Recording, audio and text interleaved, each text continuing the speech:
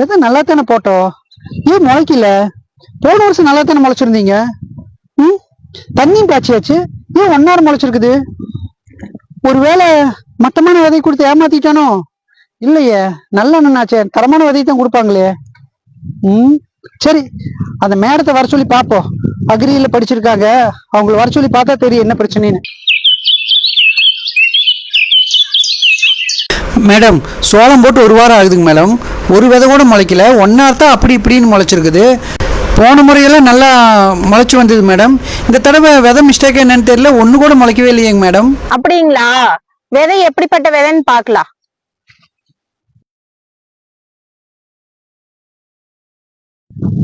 விதையினுடைய தன்மையெல்லாம் நல்லாதான் இருக்கு.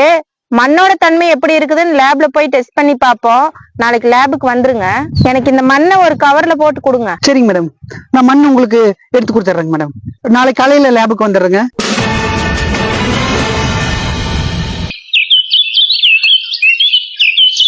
வணக்கம் மேடம். வணக்கம் சார், உட்காருங்க. பரவாயில்லைங்க மேடம், நான் நிக்கிறேன். என்ன சார் நீங்க ஊரை கொள்ளையடிச்சு ஒலையில ஓட்டோம்னெல்லாம் கால் மேல கால் போட்டு மக்கள் முன்னாடி உட்கார்றான். நீங்க எல்லாம் உலகத்துக்கே சோறு ஓடுற விவசாயி கூட்டம். நீங்க தான் எல்லாரும் முன்னாடி கால் மேல கால் போட்டு கெத்தா உட்காரணும். பரவாயில்ல மேடம், உங்களை மாதிரி ஒரு சில ஆபீசர்களாவது எங்களுக்கு மரியாதையாவது கொடுக்குறீங்க, அதுவே எனக்கு போதும். நீங்க சொன்னா கேட்க மாட்டீங்க. உங்க முன்னாடி உட்கார எனக்கு மனசு வரல. மேடம், நீங்க உட்காருங்க.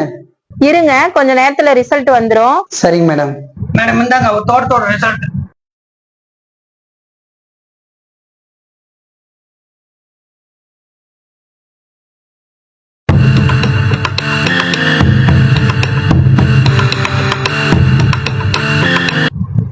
சாரி மிஸ்டர் சக்தி, உங்க மனச நீங்க திடப்படுத்திக்கீங்க.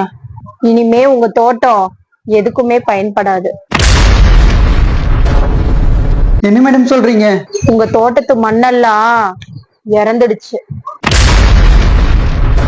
என்ன மேடம் சொல்றீங்க?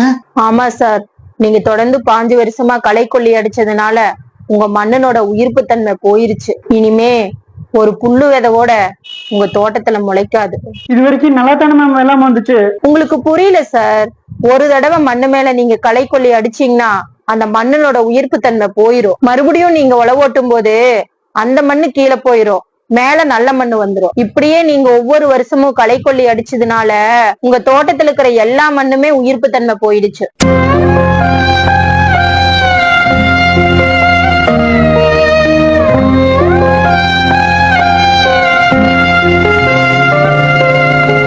பேரும் புகழோடும் வாழ்ந்த ஒரு மனித இறந்துட்டா அவனுக்கு என்ன மதிப்போ அந்த மதிப்பு தான் உங்க தோட்டத்துக்கும்.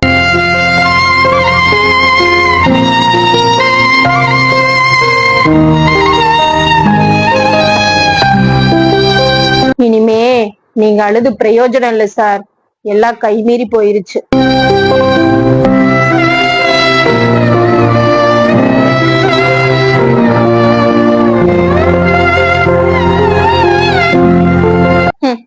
உற்பத்தி செஞ்ச நாடே களைக்கொல்லிக்கு தடை போட்டிருக்கு. ஆனா நம்ம நாட்டுல மானாவரியா கிடைக்குது.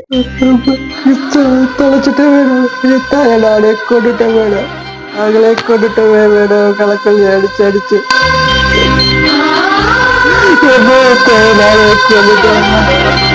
கொண்டுட்டேன்.